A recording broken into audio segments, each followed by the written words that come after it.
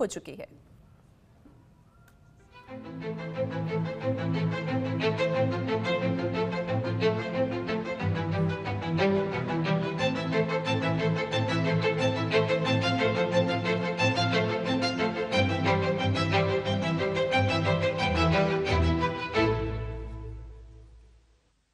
मेरे प्यारे देशवासियों, नमस्कार।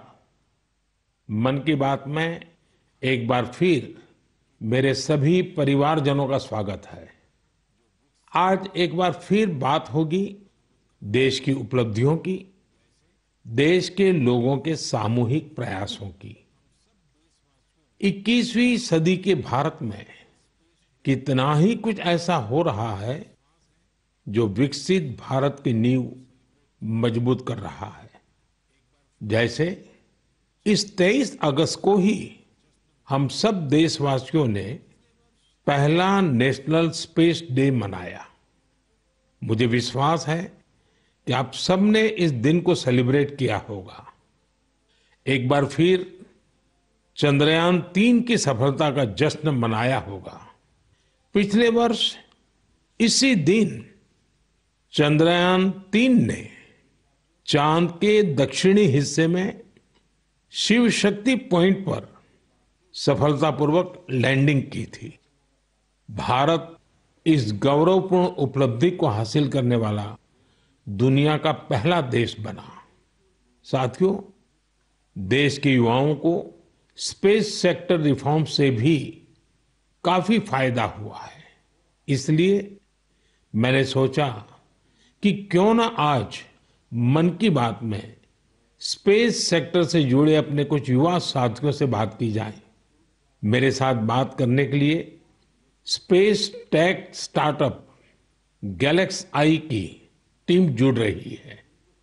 इस स्टार्टअप को आईआईटी मद्रास के एलुमनाई ने शुरू किया था। ये सारे नौजवान आज हमारे साथ फोन लाइन पर मौजूद है। सुयश, डेनिल, रक्षित, किशन और प्रणीत। आइए इन युवाओं के अनुभवों को जानते हैं। हेलो। हेलो। हेलो। नमस्ते जी। नमस्कार सर। अच्छा साथियों, मुझे ये देखकर खुशी होती है कि आईआईटी मद्रास के दौरान हुई आपकी दोस्ती आज भी मजबूती से कायम है। यही वजह है कि आपने मिलकर गैलेक्स आई शुरू करने का फैसला किया और मैं आज जरा उसके विषय में भी जानना चाहता हूं। इस बारे में बताइए। इसके साथ ही ये भी बताएं कि आपकी टेक्नोलॉजी से देश को कितना लाभ होने वाला है। जी, मेरा नाम सुयश है। हम लोग साथ में, जैसा आपने बोला, सब लोग साथ में आईआईटी मद्रास में मिले। वहीं पर हम लोग सब पढ़ाई कर रहे थे, अलग अलग ईयर्स में थे अपने इंजीनियरिंग के। और उसी वक्त हम लोगों ने सोचा कि एक हाइपरलूप नाम का एक प्रोजेक्ट है जो हम लोग चाहते थे साथ में करेंगे। उसी दौरान हमने एक टीम की शुरुआत की, उसका नाम था आविष्कार हाइपरलूप, जिसको लेकर हम लोग अमेरिका भी गए। उस साल हम एशिया की इकलौती टीम थी जो वहां गई और हमारे देश का जो झंडा है उसको हमने फहराया। और हम टॉप 20 टीम्स में से थे, जो out of around 1500 teams around the world. चलिए, आगे सुनने से पहले इसके लिए तो बधाई दे दूं मैं। बहुत बहुत धन्यवाद आपका। उसी उपलब्धि के दौरान हम लोगों की दोस्ती काफी गहरी हुई और इस तरीके के कठिन प्रोजेक्ट्स और टफ प्रोजेक्ट्स को करने का कॉन्फिडेंस भी आया। और उसी दौरान स्पेसएक्स को देख के और स्पेस में जो आपने जो ओपन अप किया एक प्राइवेटाइजेशन को, जो 2020 में एक लैंडमार्क डिसीजन भी आया, उसको लेकर हम लोग काफी एक्साइटेड थे। और मैं रक्षित को इनवाइट करना चाहूंगा बोलने के लिए कि हम क्या बना रहे हैं और उसका फायदा क्या है। जी, तो मेरा नाम रक्षित है और इस टेक्नोलॉजी से हमको कैसे लाभ होगा मैं इसका उत्तर दूंगा। रक्षित, आप उत्तराखंड में कहाँ से हैं? सर, मैं अल्मोड़ा से हूँ। तो बाल मिठाई वाले हैं आप? जी सर, बाल मिठाई हमारी फेवरेट है। वो हमारा जो लक्ष्य सेन है ना, वो मेरे लिए रेगुलरली बाल मिठाई खिलाता रहता है मुझे। हाँ रक्षित, बताइए। तो हमारी जो ये टेक्नोलॉजी है, ये अंतरिक्ष से बादलों के आर पार देख सकती है और ये रात्रि में भी देख सकती है। तो हम इससे देश के किसी भी कोने के ऊपर रोज एक साफ तस्वीर खींच सकते हैं। और ये जो डेटा हमें आएगा, इसका उपयोग हम 2 क्षेत्रों में विकास करने के लिए करेंगे। पहला है भारत को अत्यंत सुरक्षित बनाना।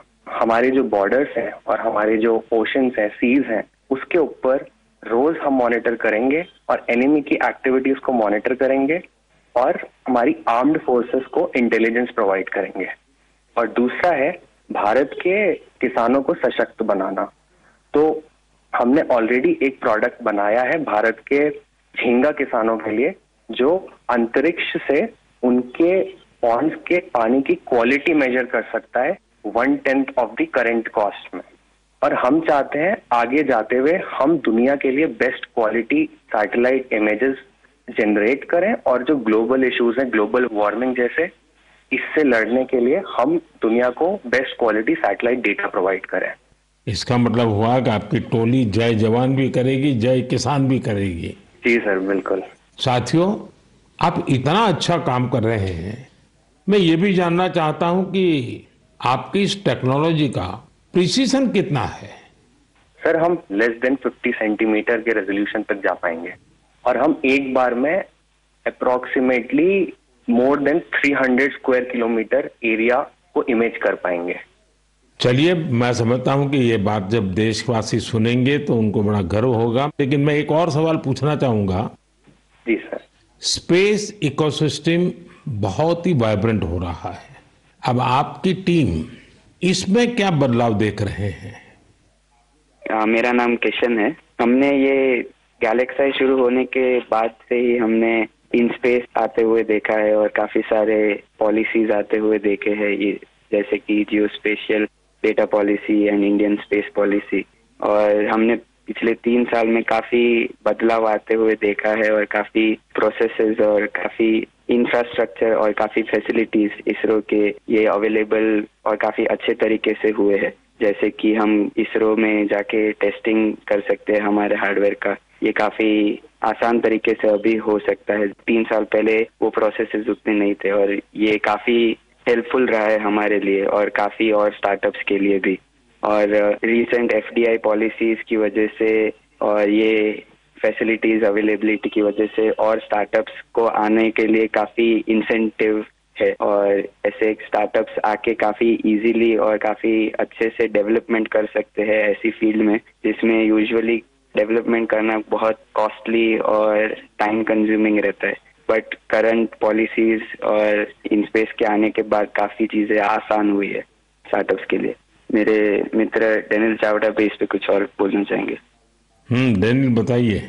सर, हमने एक और चीज ऑब्जर्व किया है। हमने देखा है कि जो इंजीनियरिंग के छात्र हैं उनकी सोच में बदलाव देखा है। वो पहले बाहर जाके हायर स्टडीज परस्यू करना चाहते थे और वहाँ काम करना चाहते थे और स्पेस डोमेन में, बट अब क्योंकि इंडिया में स्पेस इकोसिस्टम बहुत अच्छी तरीके से आ रहा है तो इस कारण वो लोग इंडिया वापस आके इस इकोसिस्टम के पार्ट बनना चाहते हैं। तो ये काफी अच्छा फीडबैक हमें मिला है और हमारे खुद की कंपनी में कुछ लोग वापस आके काम कर रहे हैं इसी वजह से।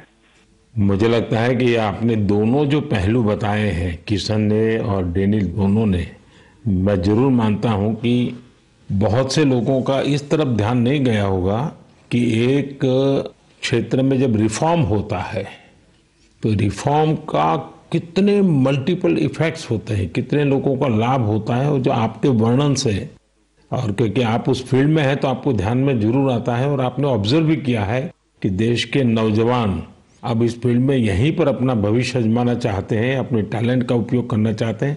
बहुत अच्छा ऑब्जर्वेशन है आपका। एक और सवाल मैं पूछना चाहूंगा, आप उन युवाओं को क्या संदेश देना चाहेंगे जो स्टार्टअप्स और स्पेस सेक्टर में सफलता हासिल करना चाहते हैं? मैं प्रणीत बात कर रहा हूँ और मैं एक सवाल का जवाब दूंगा। हाँ प्रणीत, बताइए। सर, मैं अपने कुछ सालों के एक्सपीरियंस से 2 चीजें बोलना चाहूंगा।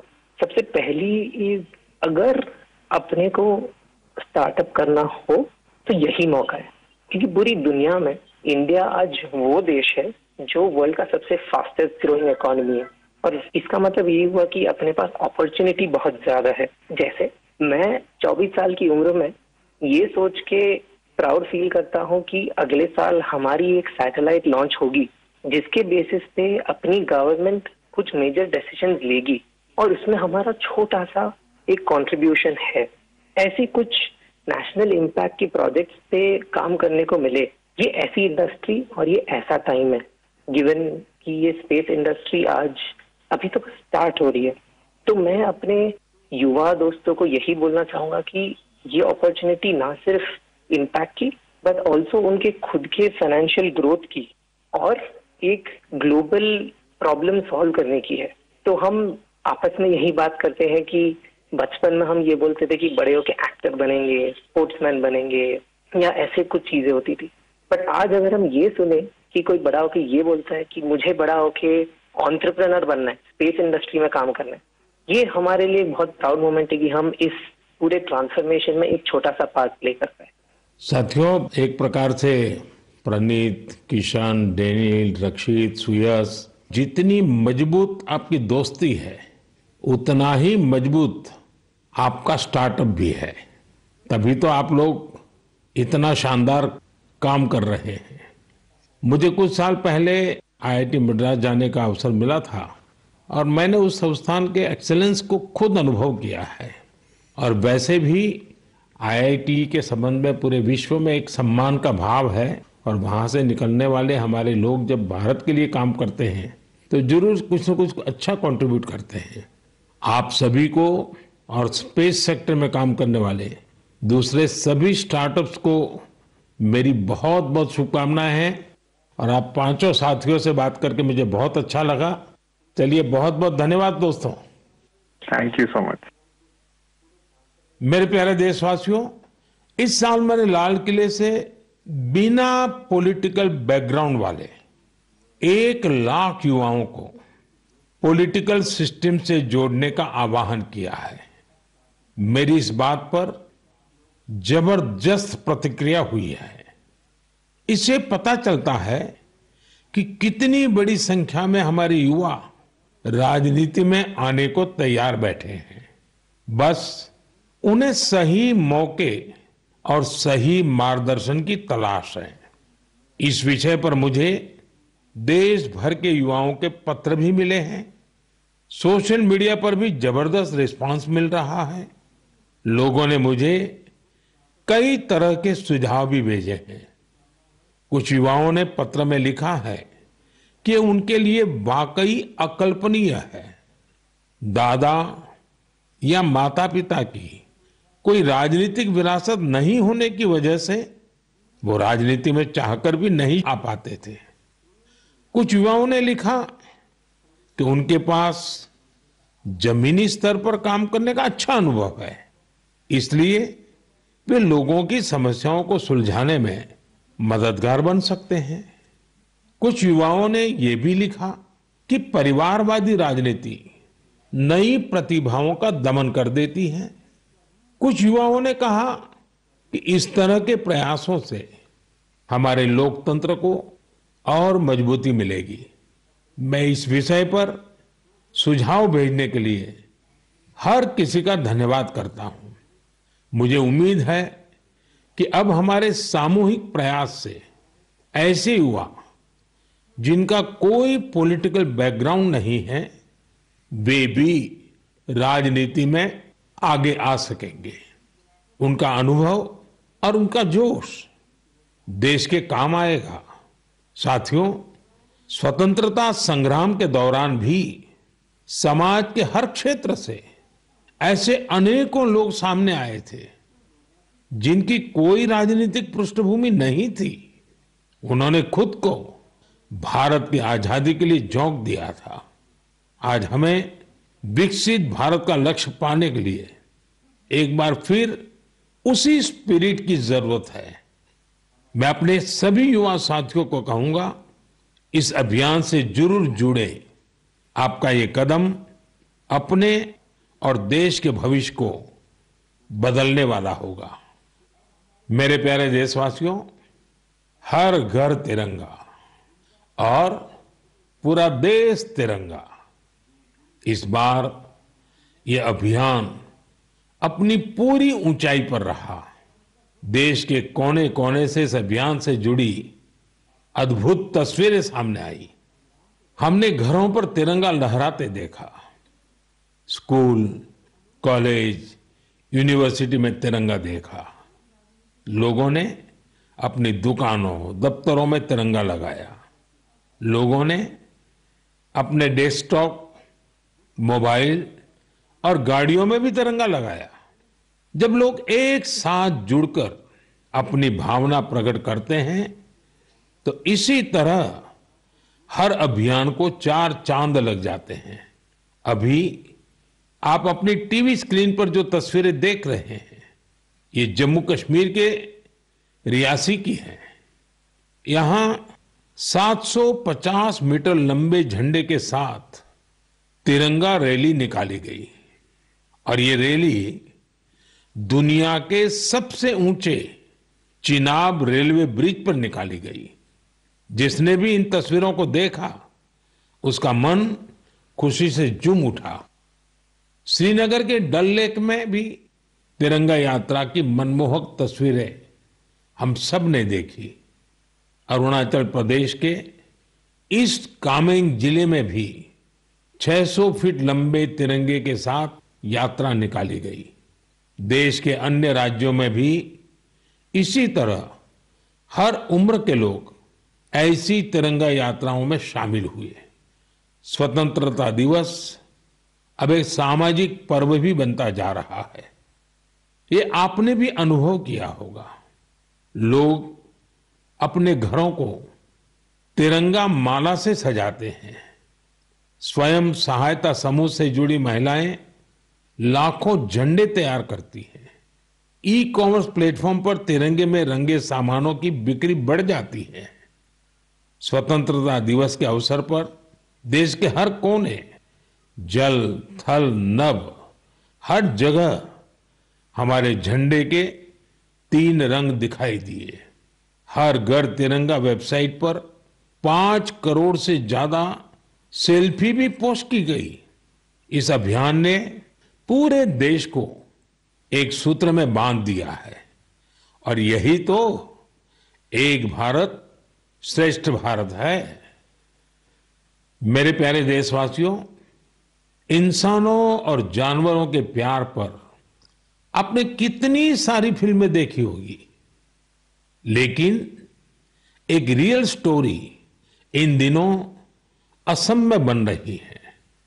असम में तिनसुकिया जिले के एक छोटे से गांव बारेकुरी में मोरान समुदाय के लोग रहते हैं और इसी गांव में रहते हैं हुलॉक गिबन, जिन्हें यहां होलो बंदर कहा जाता है। हुलॉक गिबन्स ने इस गांव में ही अपना बसेरा बना लिया है। आपको जानकर आश्चर्य होगा, इस गांव के लोगों का हुलॉक गिबन के साथ बहुत गहरा संबंध है। गांव के लोग आज भी अपने पारंपरिक मूल्यों का पालन करते हैं, इसलिए उन्होंने वो सारे काम किए जिससे गिबन्स के साथ उनके रिश्ते और मजबूत हो। उन्हें जब ये एहसास हुआ कि गिबन्स को केले बहुत पसंद है, तो उन्होंने केले की खेती भी शुरू कर दी।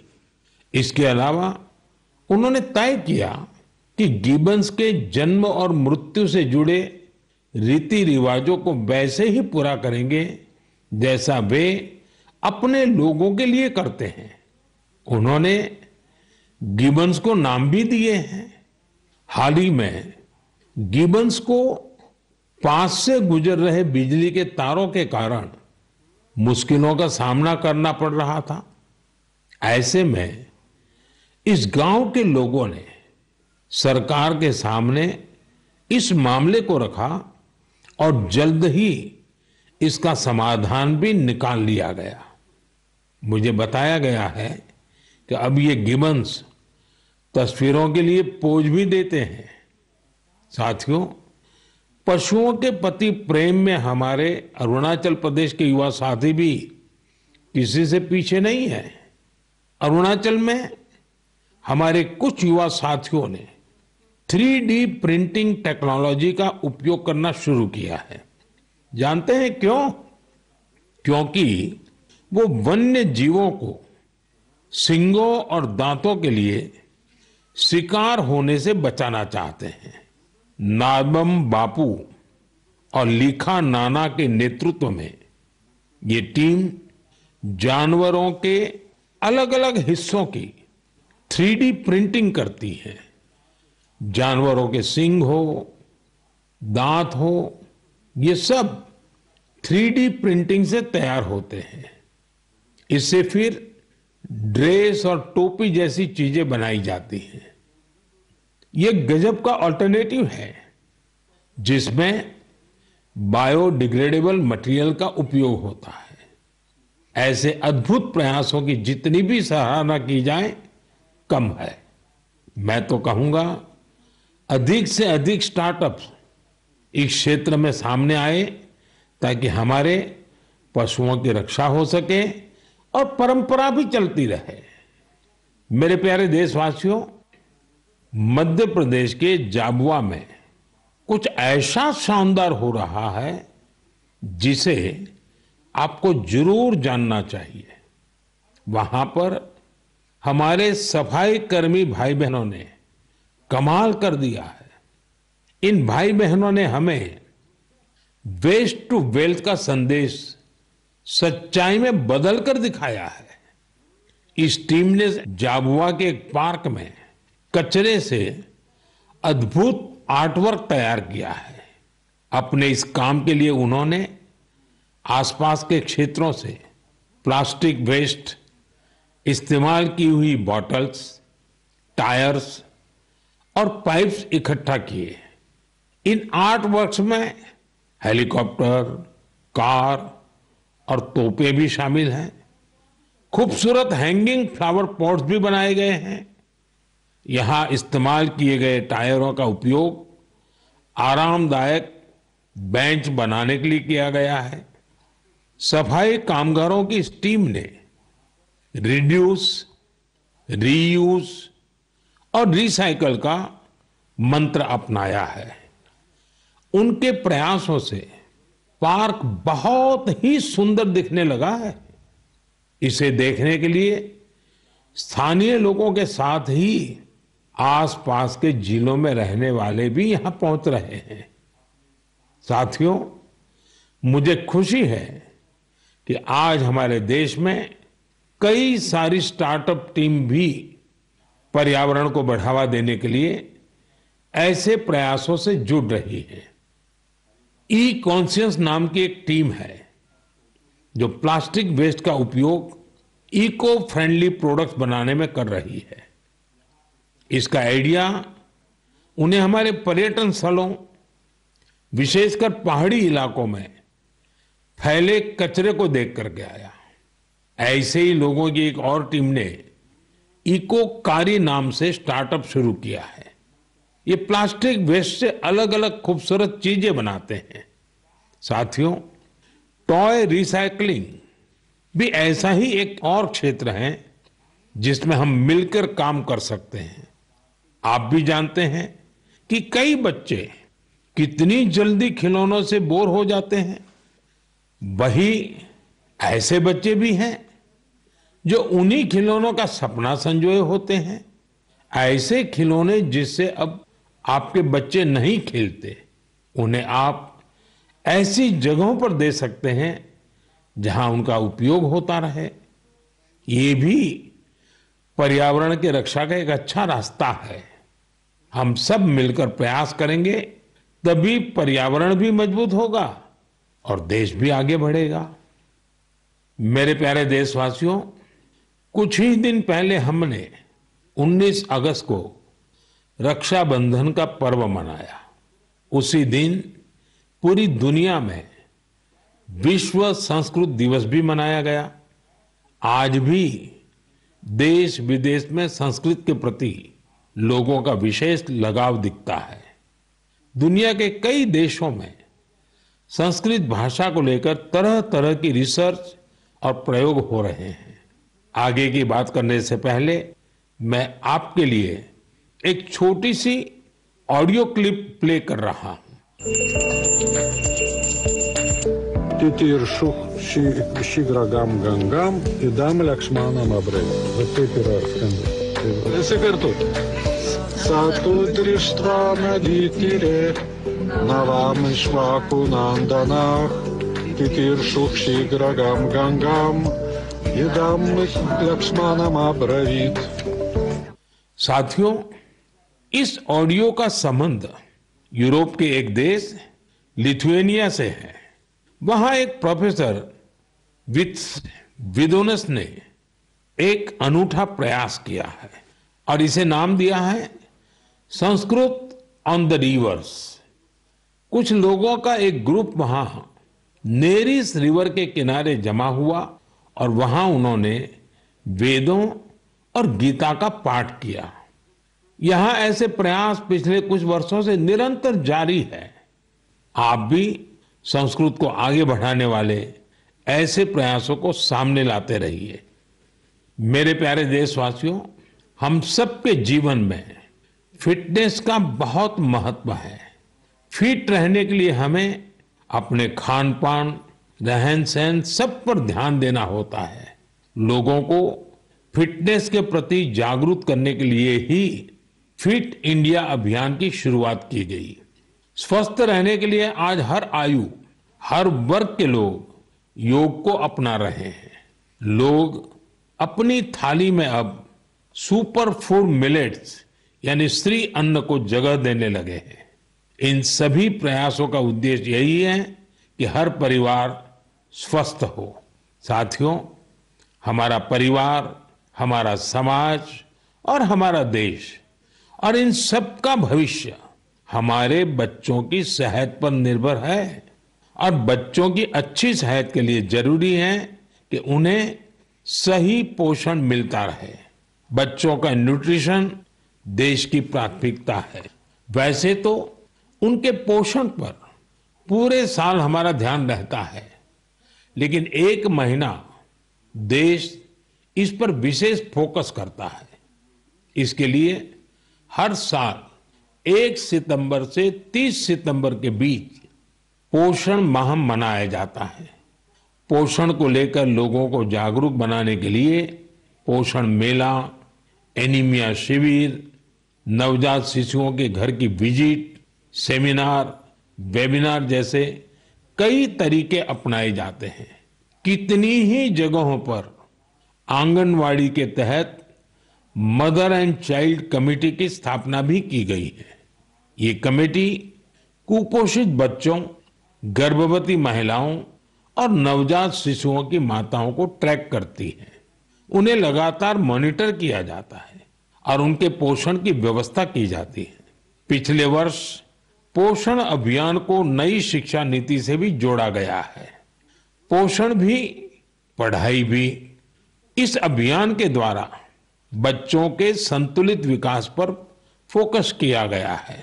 आपको भी अपने क्षेत्र में पोषण के प्रति जागरूकता वाले अभियान से जरूर जुड़ना चाहिए।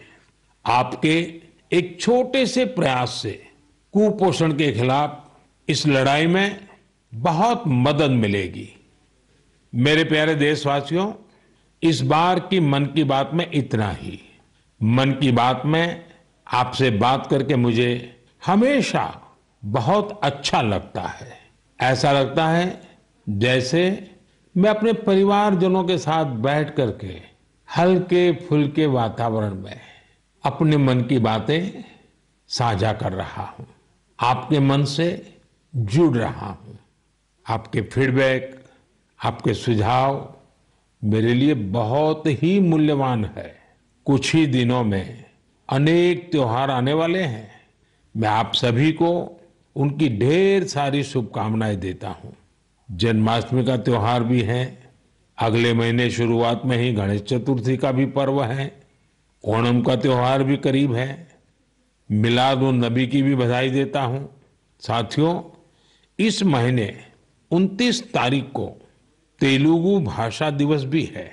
ये सचमुच बहुत ही अद्भुत भाषा है।